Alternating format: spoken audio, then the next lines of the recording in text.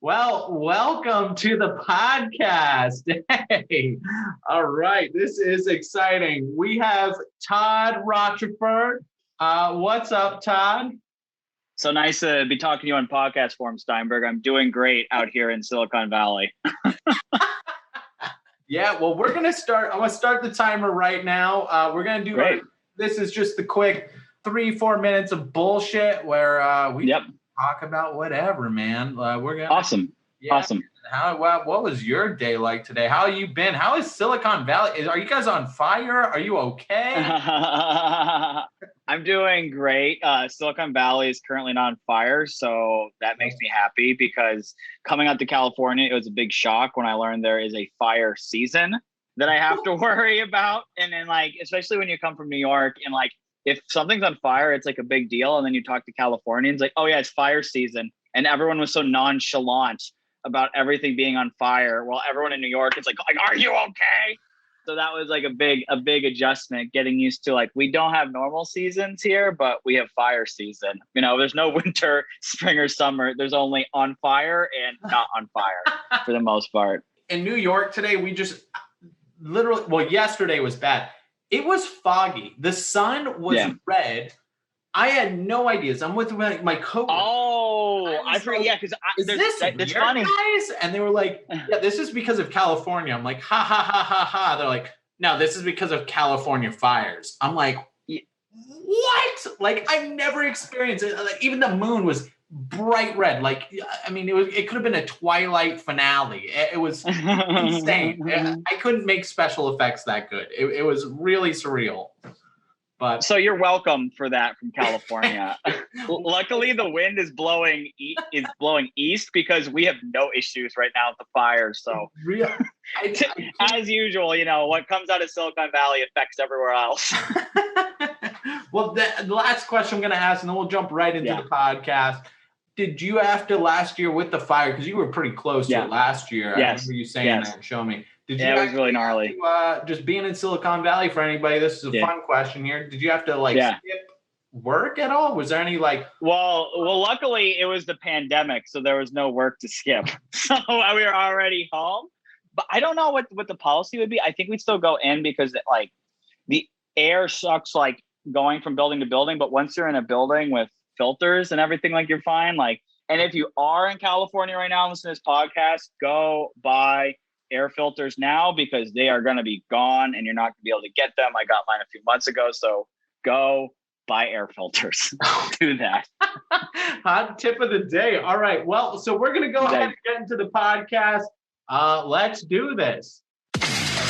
This is the Future Motion Podcast with your host, Michael Steinberg. All right, guys. Yes. So here we go. We are into the interview portion of the podcast. Today, we have an amazing friend of mine, Todd Rocheford. He was actually my manager at a previous job, Real Vision. That job was crazy. That job was fun. It was a startup. So if you ever work in a startup, it is a roller coaster. That if you see the little Nas video, it's how he goes from heaven to hell. It's like that. It's every day going back up and down from hell to heaven. It was a fun ride. It was crazy. Startup life it's insane. Well, what I like about startup life is the work part is insane, but you make some of the best friends you'll ever make just because it's not totally work environment, because it's still being formed. It's halfway in between a frat house and a company. So it's such a different experience, being at a startup where now I work in big tech. So it's a very different environment. Completely different. And I'm excited to go from there. And you even had more of a history prior to that, but I'm excited to just go through all of that with you and to where you are now. That was a crazy ride. And startups, if you guys do it, and just get ready for everything and always update your resume because you never know. We were the winners, though. We quit on our own. We got out. We got out. And we got out on top, which is exactly not always fortunate. But we'll go through all that here in a minute. We're just going to want to start off here because can you please just tell me just What do you do exactly? Yeah. Yeah. So I'll give the rundown. First of all, that's incredibly flattering, Michael. So thank you very much for that. So yeah, I have about a 10-year history in motion graphics, and I think I'm kind of unique because now I've kind of worked in every formation of motion graphics that exists. I've done everything from GIFs to working on television shows to music videos, and now I've pivoted to working on, user interface design with motion. So it's really been a lot of different things. So I'll just give a quick rundown of my history. Like, I kind of fell into motion. So basically I was an editor at an ad agency, and we had this guy, and I found out he made twice as much money as me doing motion graphics, and he was very lazy and never working. So I'm like, I want to do that. So basically I went on YouTube and taught myself After Effects and just totally self-taught, figured it all out doing tutorials. I was at that agency for a while, but my real dream was to launch my own business. So once I learned After Effects and once I booked my first client, I left the ad agency and started my own video production company. That would have been 2010, 2011, I want to say. Yeah. So like around then, I launched my own company. I did a lot of different music videos. I went to Atlanta. I shot some rap videos. I shot music videos all over New York City. That was really cool. I had different, like every different kind of client you can imagine, from shooting to editing, like any business, anyone who would pay me money to make them a video, I was on that. And as I was running my business, it was really great. But more and more, I kept getting hired to do motion graphics packages, and doing that. And that really started to stand out. And really the big moment, my big break came for me. My friend Jeff Ryan, who's a director, he's directed a few feature films. Frey was one of the big ones, and a bunch of others he's done. And he hired me just to carry around his lenses. And he knew I was a good motion graphics artist. And when we were on set for a fashion shoot, he goes up to a producer, and this changed my whole career. He's like, hey, this is Todd. He's a really good motion graphics artist. And I always kept my reel on my phone because you never knew what opportunity was going to come up to show off your reel. So I always had it downloaded, ready to go. I show him my reel.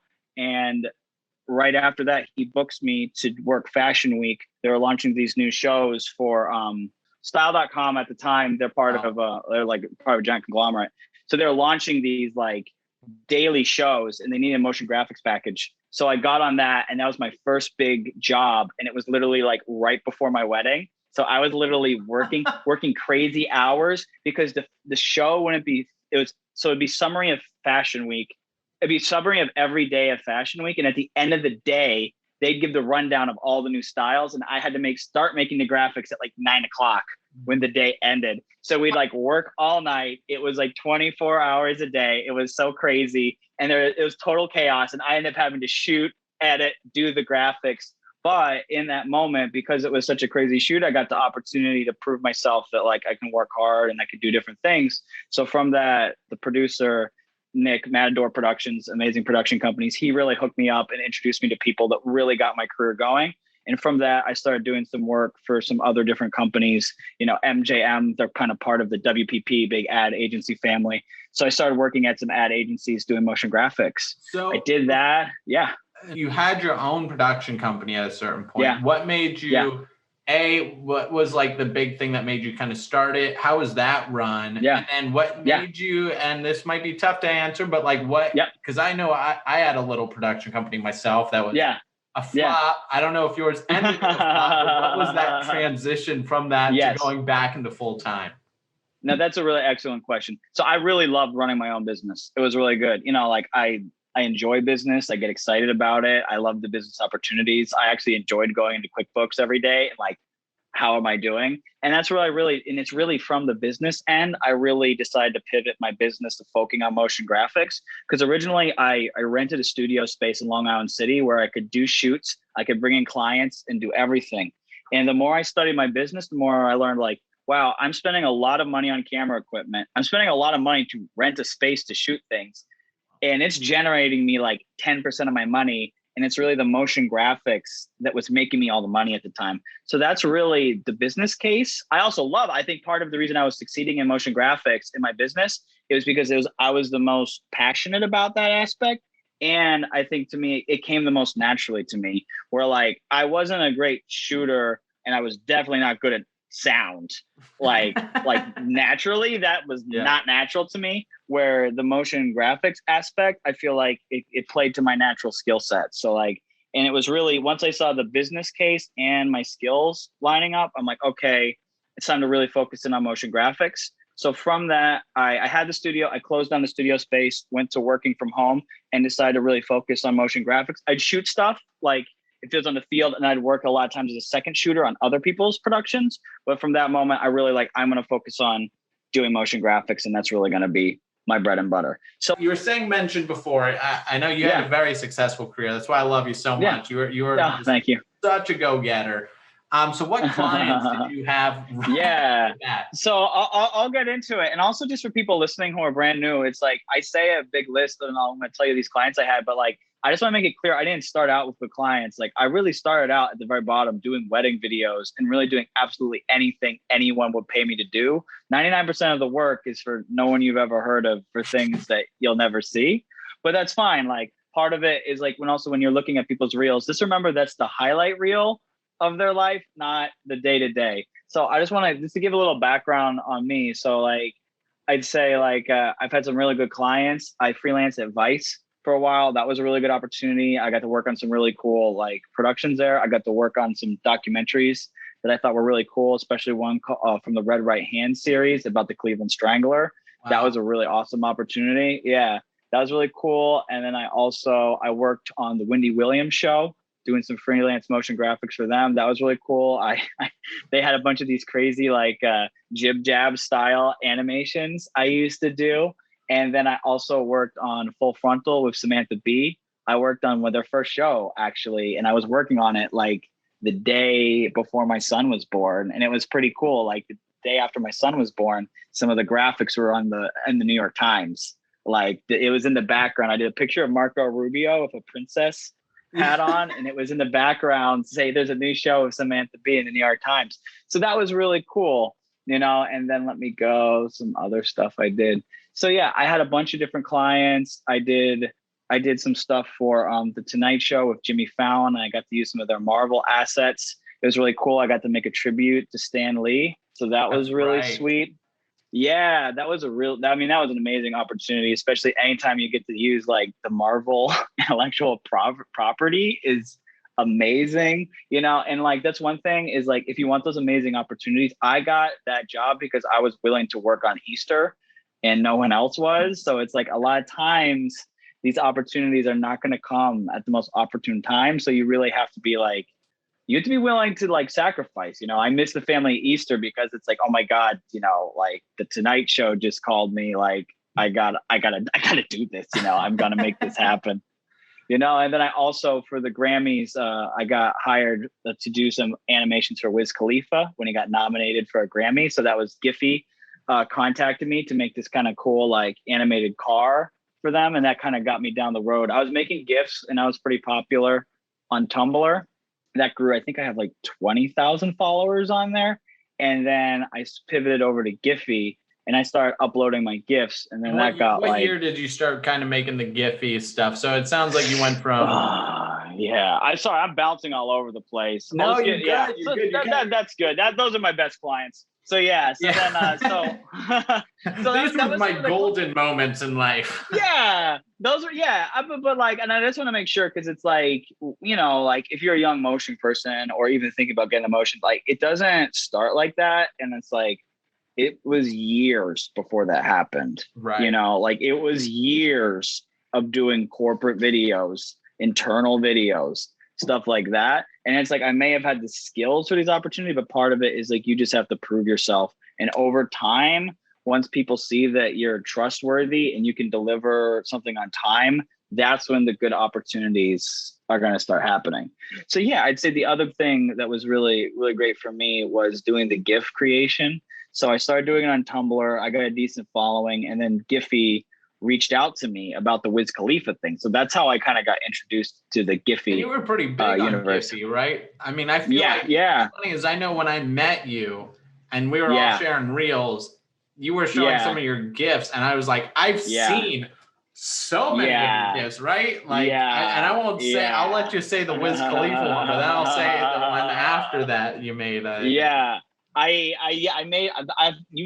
a high likelihood you've seen gifts I've made, because I think I can tell you, I'll tell you today what the view count is.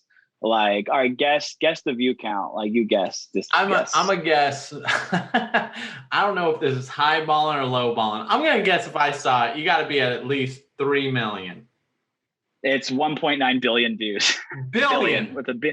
Billion. 1.9 billion.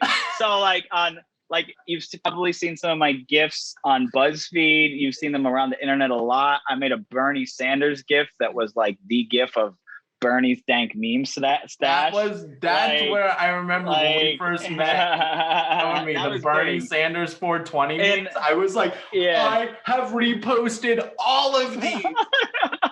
When you're if you're especially in a messaging app and you pick GIFs and you type in certain things, a lot of my stuff's gonna pop in. That's like part of GIFs and part of everything was me realizing I can go into why I left freelancing. I think some people might find that interesting. So I really love running my own business, and it was really great, and it was going really well. I was having a successful career. Me and my wife were doing great, but then I had a son, and the combination of running your own business and having a child was incredibly stressful. I just remember one moment where I got an opportunity to do some work, but they literally needed me to you need to come to Brooklyn right now if you want this job. Where were you at the time?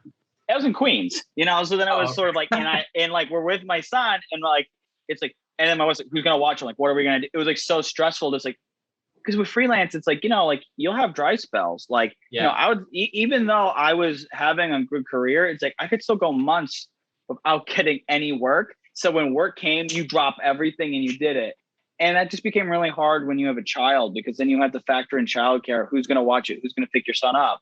And it gets really difficult when you have a child. And it's and also the aspect of getting the money so lumpy. It's I made a really good living, but it's sort of it was really hard to I might not get paid for months at a time, and I might be working that whole time, and then they don't pay me to the end, and then I got to wait 30 days. Getting into that billing cycle was really difficult. And then, I'm doing my freelance thing, and then kind of a friend put in a word for me. And there was a television show called ABC The Chew. It was a cooking show that's no longer around, but they called me up, and I had an interview with them. It went really, really well. And I wasn't really sure. I didn't, I was I think I want to run my own business. I don't think I really want to do this, but I was okay, I'm just going to take the interview. So I go in and I told them what I wanted, and then they offered me what I wanted. So I was well, I better take this or I'll be a huge asshole if they gave me exactly what I wanted. And I said no.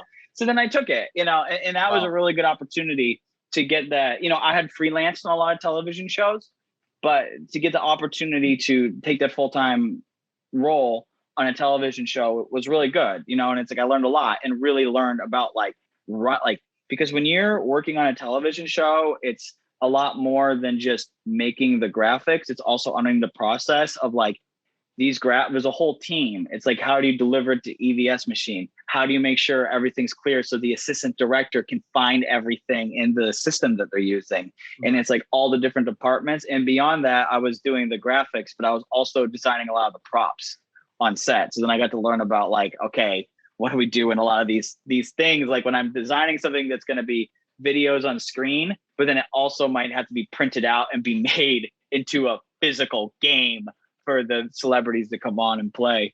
So that was a really cool experience. The tough thing was a lot of days you had to be in at 6 a.m. on the shoot days. And that was hard with an infant to be awake all night, but go in. But, I really liked having the opportunity to get steady income for a while. So I did that. And then the next step is where I met you. Real Vision found me. Real Vision. That was where the party began. Exactly. So that's where I met Steinberg, and a lot of my current friends at the startup Real Vision. They're still going strong, which was financial media. So, which was really great because I have a big passion for business and the stock market. And that was a really great opportunity because it was so new. I got to create so many different branded shows and really getting to do the intros and come up with the full look, full brand of different programs. And also I got the opportunity to manage a team and do that, which was really awesome. And I think we really created some really excellent work there that I'm still really proud of this day, because it was the nice thing about a startup is a cool creative environment. And that was really good. And I did that until Bloomberg contacted me, and I'm like, oh, this would be a really great opportunity because I'm interested in finance, and Bloomberg is like the big fish. You know, I'm like, okay, yeah, so you want to get Vision there. Was also financial media, right? Yeah, financial media. And I'm like, all right, I'm doing financial media. I want to have the biggest fish of financial media on my resume. And, you know, they had offered me a gig. So I took it. And that was super exciting. And Bloomberg was really great. But little did I know that my life was about to totally change, that had nothing to do with my career at all, was my wife after I had taken the job at Bloomberg, like a few months later, my wife gets an offer from Apple to come out to Silicon Valley and, you know, kind of get a dream job. And, you know, and it's like, I love her so much. When she got this offer, I was like, you know, we had a whole life in New York. We had like everything kind of settled. I really imagined myself as a New Yorker for the rest of my life. I really thought the house, right? Yeah. You were settled. Like, man, I remember you getting the house. Settled. You were good. You were settled, man. Yeah. So like we had literally just bought a house in the Bronx and we were like settled. I thought I would die in this house. It would be the rest of my life. And then pass this on to my kid. Yeah, I imagined like that my whole life would be living in the Bronx. And then this opportunity happens. And it's like, you know, like I do believe that like fortune favors the brave. And this offer came out of nowhere for my wife. And it was just like, should we do it? I'm like, we have to do this. It's like, it's, you know, when an opportunity like that comes, you have to take it. So especially like, Apple. you know, yeah, you know, so like, you know, we scrambled, you know, we got it all together. And like, my wife went out first with my son and my wife's sister and all the possessions in our house. So like I was in a empty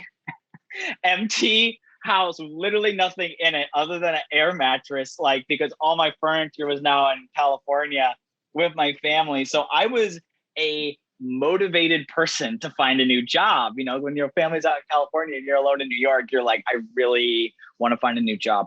And, you know, quickly I realized like, okay, like my wife's got this job in Silicon Valley. Like I have all this TV experience, you know, and marketing and advertising experience, like, you know, TV, advertising, those are New York and LA focused, interesting. And I really realized like I needed to get a job to be able to support my family in Silicon Valley. So the first things I did was I reached out to everyone in my network just to see if I knew anyone who lived there. And I just figured out, it's like, okay, I have to figure out how I'm going to retune my skill set and how I'm going to make myself marketable to the clients that are in the Bay Area, California. It's like, I have to figure out how I can sell myself most likely to a tech company, because that is who hires in Silicon Valley, is tech companies. So the first thing I did is, you know, like I'm very blessed. It's like I met a lot of amazing friends. So I reached out to all of them. I'm like, do you know anyone in the Bay Area? Do you know anyone in San Francisco? Can they introduce me to anyone?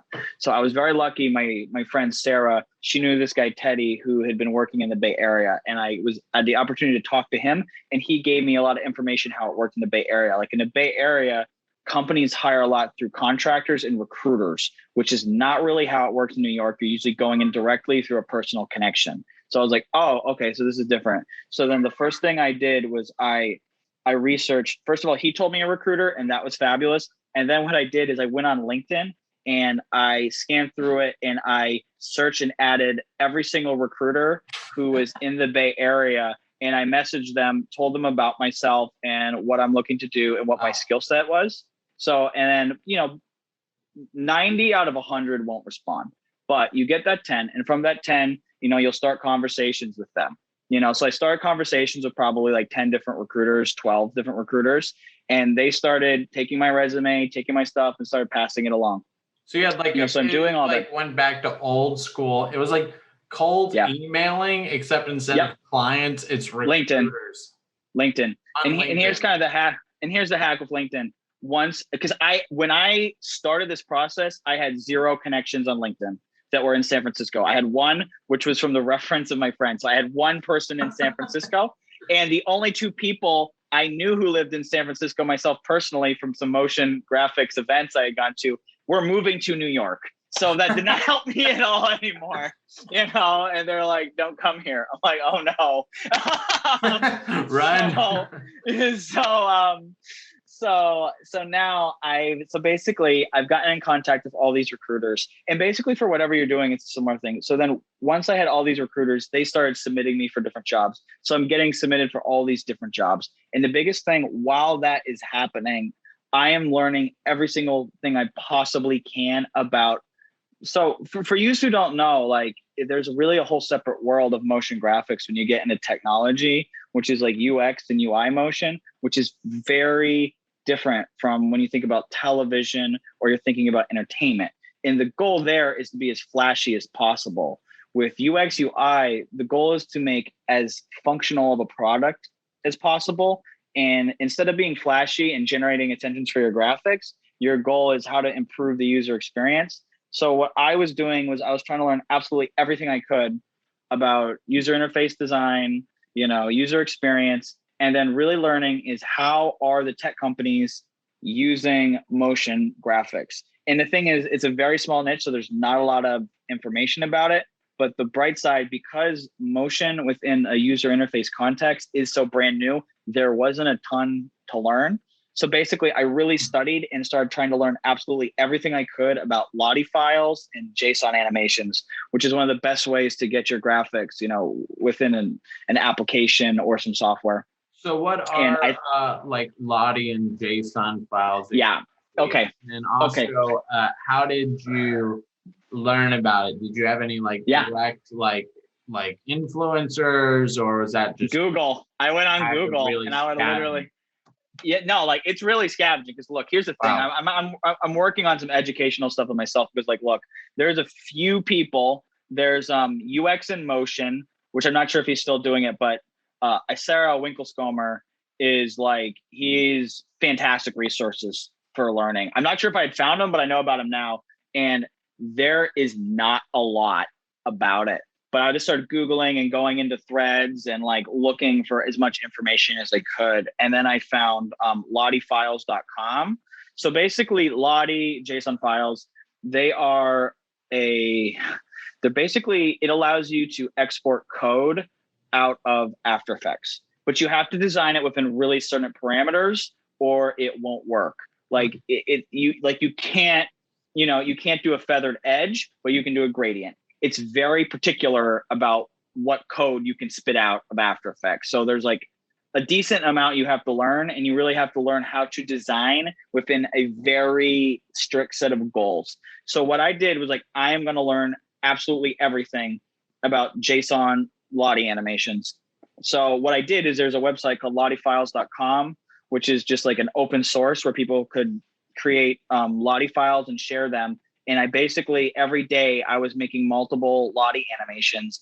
And from that, I started getting featured on lottiefiles.com, which was great because it's perfect. Now, from a website within the motion UX community, I have been validated as someone who could do it. So I'm perfect. This is great. One more thing to add to my resume. Yeah, like Giphy. We're popping off on another. Yeah. So what do Lottie files do that a GIF doesn't do? Yep.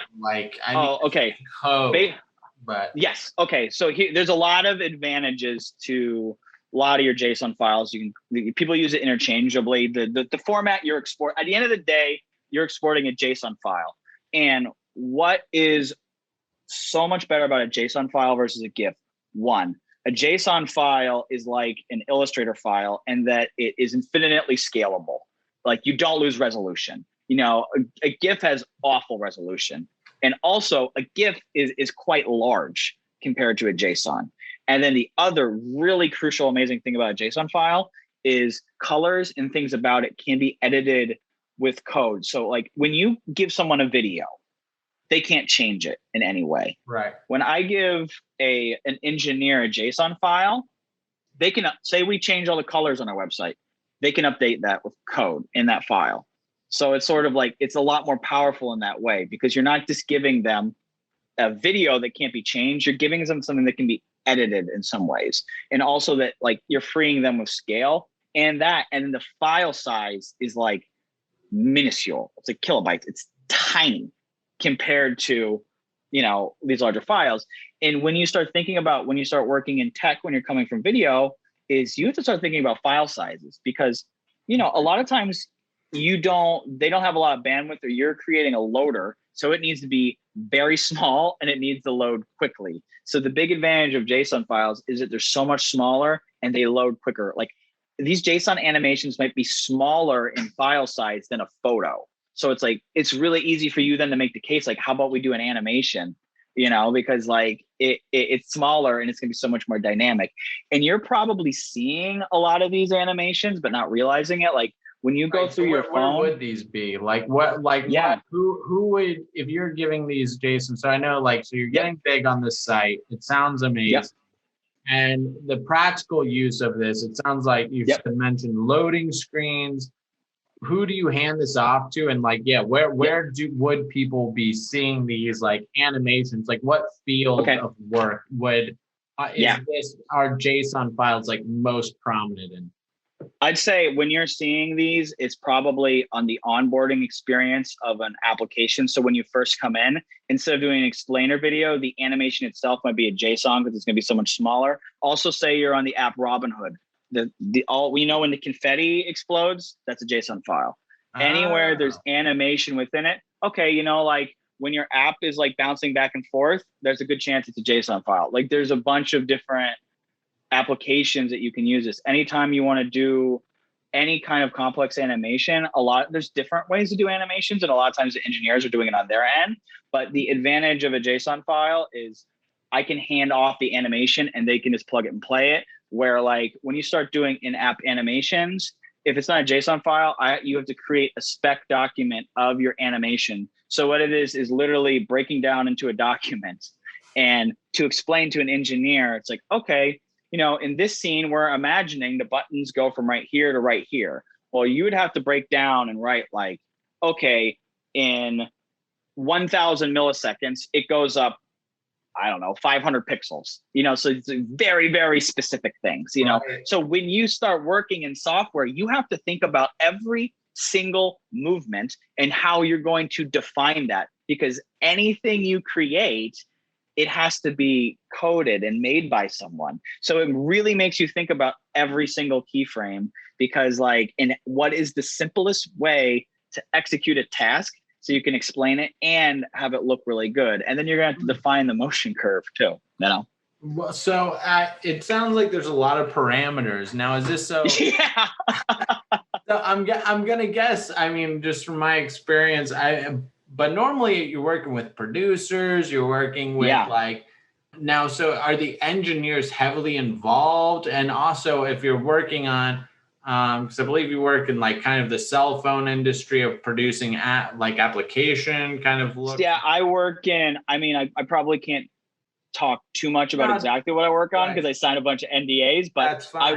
I work at Samsung Next in their like, I guess it would be their visual display department is what I do. So what I'm doing is basically like I'm designing, basically when you're using a user interface, I'm designing how it moves around. And basically my job is how do we use motion to improve the user experience? And how can we use motion to improve how this app functions and make it easier to use and like just like a better experience generally. So it's very different. You're really going from a mindset where in entertainment, the goal is how do I make it as shiny as possible? How is it flashy and everything? And you're thinking in terms of like, how is this artistically? And it's hard to define like what's good and what's bad. Where when you start getting into the more product design part, the goal is how is this serving the user and like how is this made as functional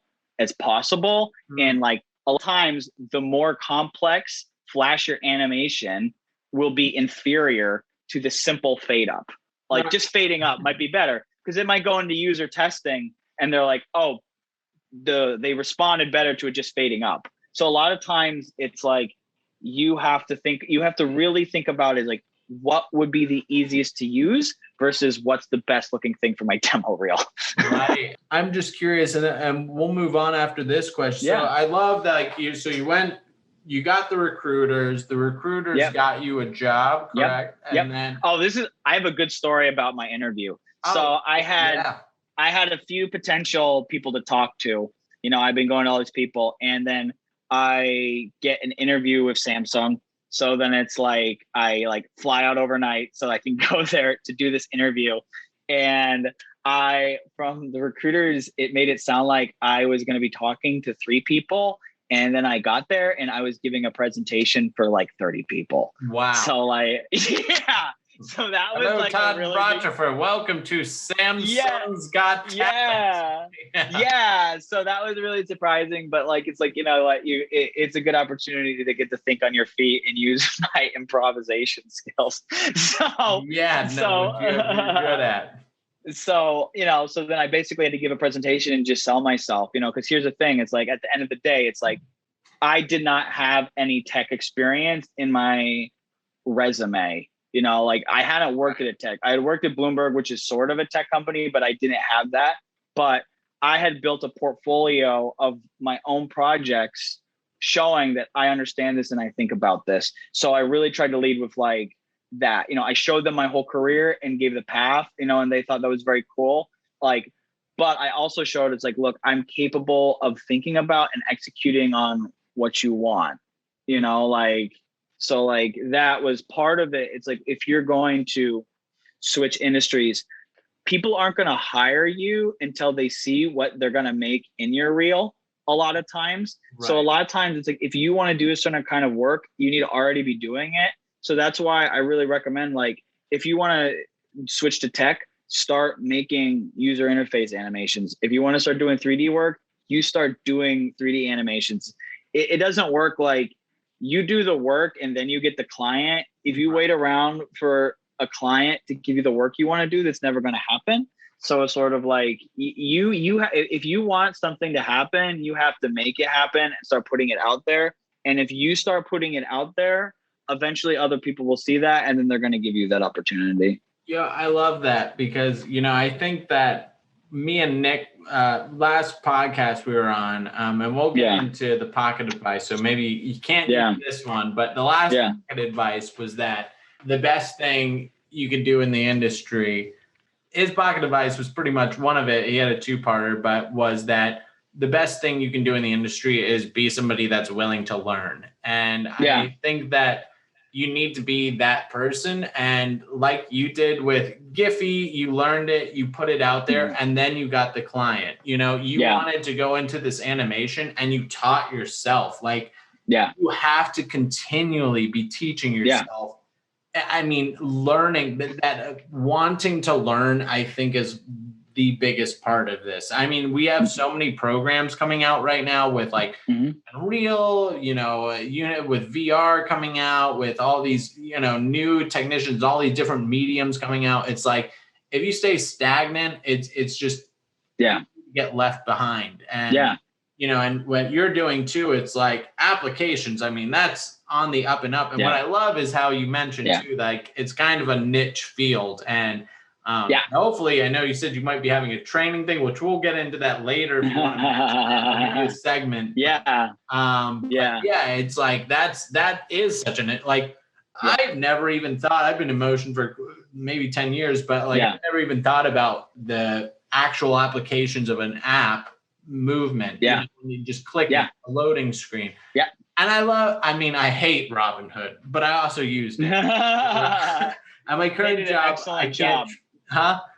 They did an excellent job. The user, they have, fantastic user interface. Honestly, dare I say, it's as much as you hate them, that user interface is what sells you. It's they nailed simplicity and design, and I think you have to go to what you just said. They nailed simplicity. So part of it is in the mindset of a motion graphics artist, you usually go towards complexity, and complexity is better. How do I put in 5 plugins I've never used before? And how do I figure out a way to jam C4D into this?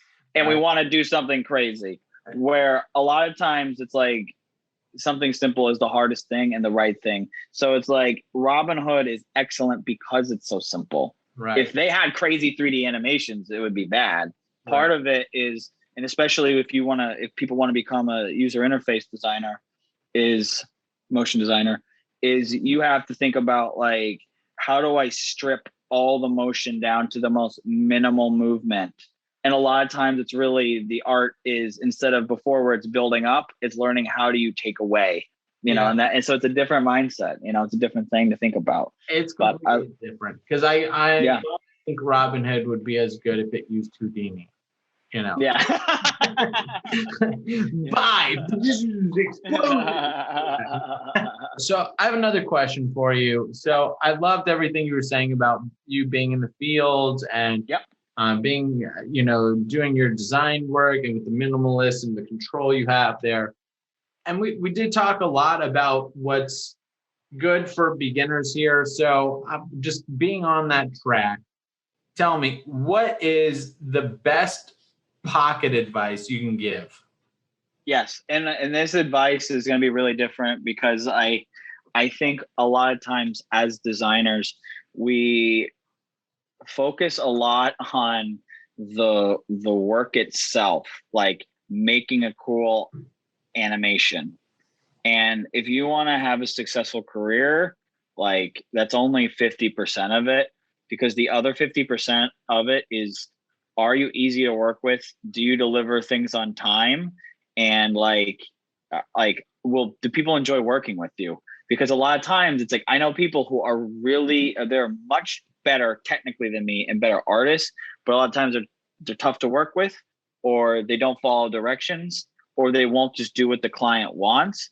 And like a lot of times, like, we want to be artists and we want to do whatever I want, but once you accept money from a client, like, you got to give them the opportunities to try to show them that you can give them the best design that will be better for them. But if they don't accept that, or they know better than you, at the end of the day, like, give the client what they want and give them an amazing experience. Because at the end of the day, it's like, you have to think about it, like, they are the customer, and you're a tiny business supplying them with yourself, and so just give them the best experience, so they're going to want to give you a good review and refer you to other people. Because like, you might do amazing art, but if they thought you were a pain to work with, they're going to go for a person who's less talented and easier to work with. Because a lot of times the people and the kind of work you're getting paid for, they can't tell the difference between a really good person and a really bad person. So like, I would just say generally is like, try to be a really good person, try to get, be very clear, under promise and over deliver, and just really work on your soft skills to make sure that when your communications, getting back to people quickly, delivering things early, making it so the experience of working with you as a freelancer or as a full-time employee is so pleasurable, they're going to want to keep hiring you. I absolutely love that advice. Yeah. Definitely a big thing. So we're going to go on to our next, one of my favorite questions. Great. This is a big one here. This is my favorite question. This is kind of what the podcast is all about. So where do you think that the field of motion design is going to go? And where do you see yourself in it? Yep. Oh man, I think about this a lot, because I feel like especially our career is so new. There's no old motion graphics artists. There's no 80-year-old motion graphics artists we can talk to about like how you form a career path. Things are evolving and changing so fast. I think it's a really great time to be a motion graphics artist, because one, like, it's hard to learn After Effects, so your skills are in demand. Like, a lot of people do not want to learn it because it's a difficult program. And there are so many new avenues for motion designers. I think right now, the biggest opportunity I saw was bringing motion graphics and that skill set into the software world. I think that is, to me, that was a big reason, like, I wanted to pivot to working on the product side versus doing, marketing or making entertainment. Was I just see the future is you're going to see more and more motion design within the applications that you're using. Like right now it is basically like the internet in like 1991 right now is where we are with motion within software. So I wanted to be part of this because it's so brand new. It's like the rules really have not been written, like basically, every single company has a brand guidelines. They all have brand guidelines. I think what you're going to see in the next decade is every company is going to have a motion guidelines.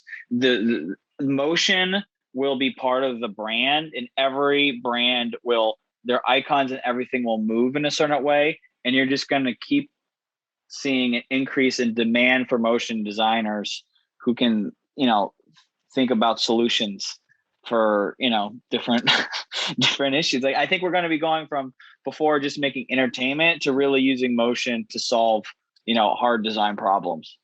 I love that.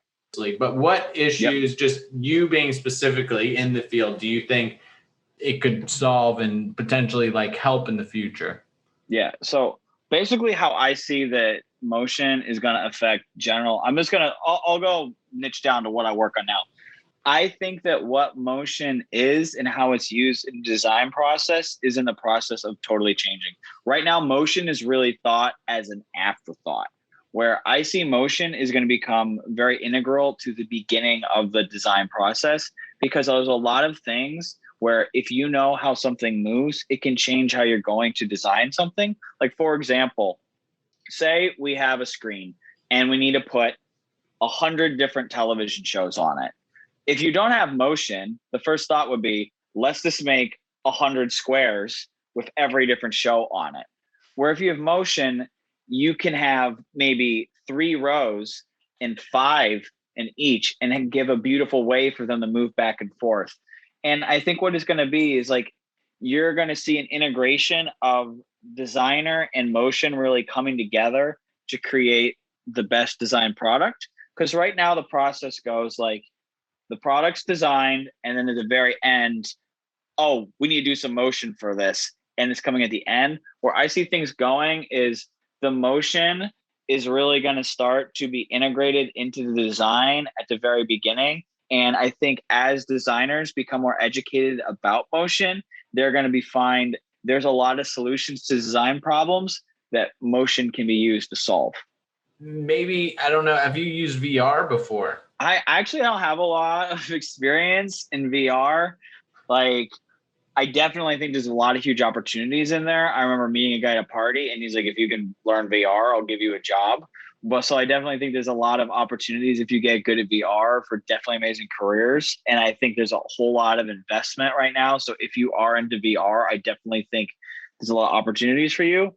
But for me, it's like, I didn't really feel like that's where my strengths lay. There's a lot of people who are much better at 3D than I am. Like I'm fine as a 3D generalist, but like at the end of the day, it's like there's a gazillion people who are much better than me. And I rather try to go to an open field where I'm not competing with a gazillion people who are way better than me. I will say this, and maybe this is an eye-awakening thing for you or maybe for anybody else out there, but I will say that I think that one of the biggest problems with VR is actually the user interface. I think it is I believe design. That. I think like the problem with VR and the future that we're in right now, moving forward, it's the issue that you were mentioning before. It's the complexity. It's like with VR, we want so much. Like you expect so much, but it's so hard to scale back. It's so hard to make what Apple did with the iPod with MP3 players. Like this idea of simplicity and user interface that people have a understanding, it's just not there. Like it feels complex. It looks complex. Everything about it is super foreign. And it's all motion. Like you move your head, you're clicking buttons.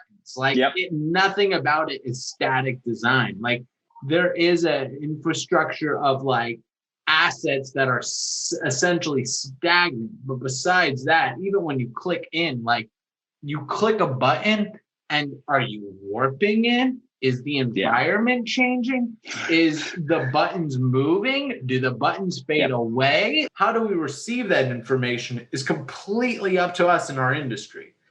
And again, these are things so far down the line, but they're things that have never been thought of. They've never been, how do you even conceive that? How do you even think of how it will work when it hasn't been touched yet, you know? I do nothing with VR and AR whatsoever, but my 2 cents is I think the opportunity right now is huge. I mean, exactly what you're talking about. Like, they're so complicated and they're hard to use. I think the opportunity comes from the person who figures out how to make them simple and how to make them user friendly, because you can have the best engineered product in the world, but it's not going to be successful unless the user interface is so good everyone can use it easily.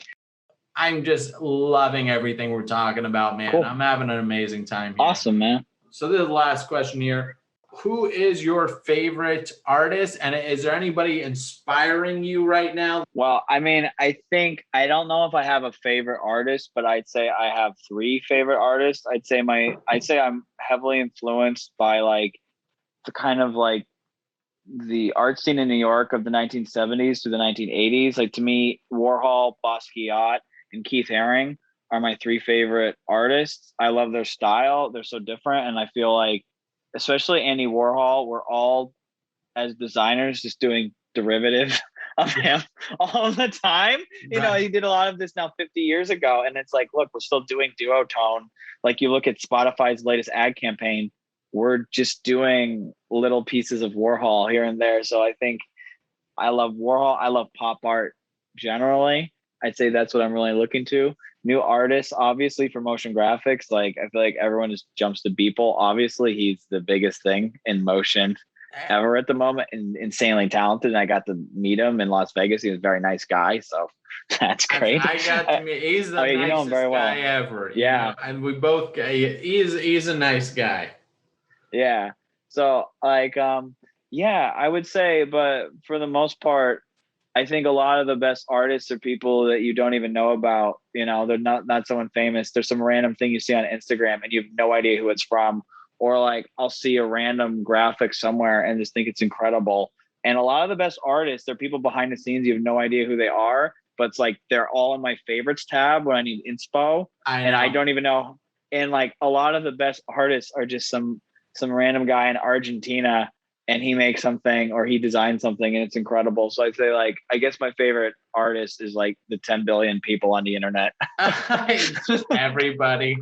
Yeah. Well, yeah, I know I've always known you loved Andy Warhol, and yes. yeah, I myself, I think we're in a weird collection age where when it comes to musicians, like, you used to buy albums. Now I have a playlist on Spotify where I have 100 favorite songs, and I couldn't even tell you who the artist was. I know. It's kind of how, and I feel like that's the same thing with the art industry. It's like, unless I'm seeing like a ton of like pop culture or like big hits, I'm not, I'm just following you and I'm liking you, but I'm not knowing who you are. Hey man, well, I have absolutely loved, I can't even tell you how much I loved tonight's conversation. Awesome. And, thank you, dude. Yeah, absolutely. So I'm just going to ask lastly, anything you want to lastly share, any final thoughts or social media that you want to share? People can find you. Got any NFT drops you're doing, or any products you want to share? It's this Todd Rocheford. If you just Google me, you can find my website. It's toddrocheford.com or Rocheford Media. You can put in either, it'll get you. And my name is very hard to spell, so it's Rocheford. That's Rocheford, Rocheford. So you can go in there. I don't have anything to sell. At some point, I might put up a course about motion design for user experience, but right now I have nothing to sell. But I'm on Instagram. I also run a Skate Dad's webpage because I love skateboarding. We didn't talk about that. I know. I have nothing to do with motion graphics. I have whole other sidelines I do. But yeah, I would say I would say follow me. And if I love mentoring people. If you're young and you're interested in getting into motion graphics, or you're in motion graphics and you're looking to pivot, how you make a pivot to software, hit me up. I'd love to talk to you. And yeah, you can get all my information on my website, toddrocheford.com, rochefordmedia.com. Both take you to the same place. And yeah, that's it. And I guess the advice I just have to say is like, you have to enjoy every moment and really focus on enjoying the journey, not where you're going. When I was young, I spent so much time obsessed. Like, I got to get the best clients. I got to have this and that, not realizing how amazing it was just like making music videos with my friends in my room. So it's like, enjoy the journey, because someday you're going to be grown up and you're going to have a kid and you're going to be focusing on that, and enjoy the wild times when you're first getting started, because it's really amazing period of your life. You are a saint. Guys, the myth, the man, the legend. It's Todd Rocheford.